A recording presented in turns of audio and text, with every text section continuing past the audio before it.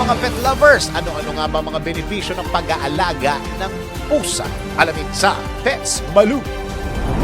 Mga tips para sa mga pet lovers sa Pets Malu.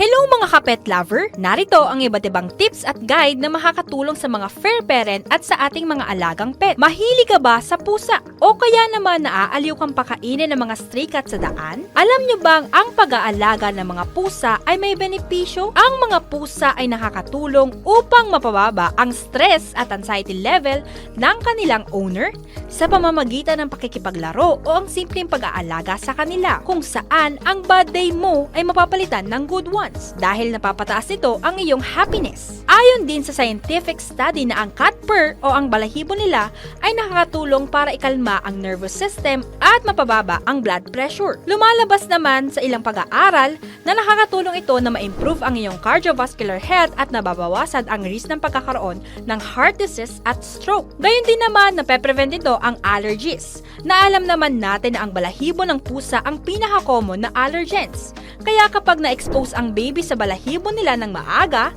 maaaring ma-develop ang kanilang immune system na panlaban sa allergies at iba pang allergens. Bukod dito, ang mga pusa rin ay nakakatulong na maibisan ang kalungkutan dahil great companion din sila at meron silang calming presence. Kaya naman, para laging happy sina fur mommy at fur daddy, narito kami, handang umagapay.